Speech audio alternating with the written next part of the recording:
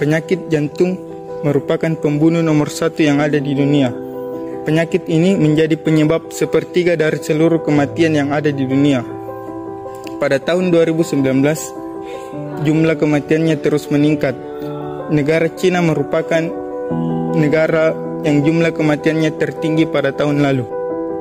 Negara lain yang menempati posisi di bawahnya adalah India, Rusia, Amerika Serikat, dan Indonesia. Sedangkan negara seperti Peru, Prancis, dan Jepang memiliki angka kematian terendah akibat penyakit jantung, yaitu 6 kali lebih rendah daripada tahun 1990. Demikian temuan dari data selama 30 tahun terakhir. Menurut penelitian, setiap negara harus memiliki program kesehatannya masing-masing untuk mencegah penyakit jantung ini. Dilihat dari tahun 1990 hingga 2019, dalam periode ini saja kematian akibat penyakit jantung hampir mengganda hingga 2 kali lipat, dari 271 juta angka kematian hingga 523 juta angka kematian. Penyakit jantung koroner adalah kondisi yang disebabkan oleh pembuluh darah utama yang memberikan pasokan darah, oksigen, dan nutrisi ke jantung menjadi rusak. Biasanya, kondisi ini disebabkan oleh plak kolesterol atau proses peradangan. Gejala yang ditimbulkan oleh penyakit jantung koroner meliputi: yang pertama, rasa nyeri atau ketidaknyamanan pada dada. Nyeri ini bisa menjalar ke leher, rahang, bahu, dan tangan sisi kiri, punggung, hingga ke perut sisi kiri yang sering dianggap mah. Nyeri ini ringan sampai dengan berat. Nyeri dada ini disebut dengan angina yang dapat bertahan selama beberapa menit.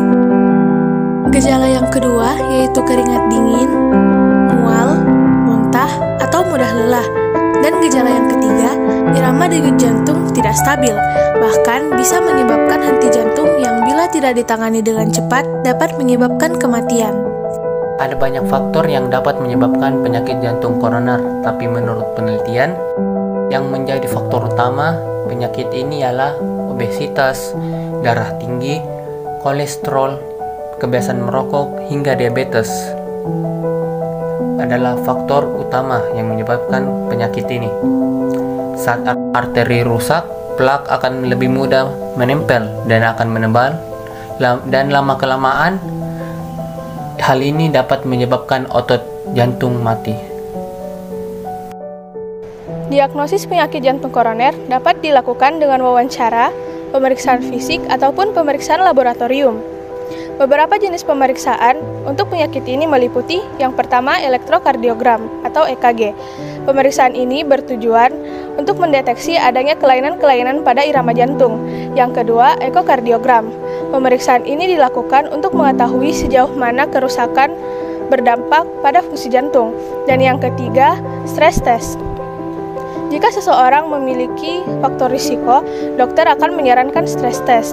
Pada pemeriksaan ini, pasien akan diminta untuk berjalan atau bersepeda statis, sementara dokter akan mengukur denyut jantung dengan elektrokardiogram. Walaupun penyakit jantung koroner ini merupakan penyakit yang sangat mematikan dan telah memakan banyak korban jiwa, ada beberapa tips agar kita dapat menghindari penyakit jantung koroner ini. Yang pertama ialah menerapkan pola makan yang sehat, rutin berolahraga, menghindari kebiasaan merokok, menghindari stres, menghindari hipertensi, dan yang terpenting mengonsumsi antioksidan atau sayur-sayuran.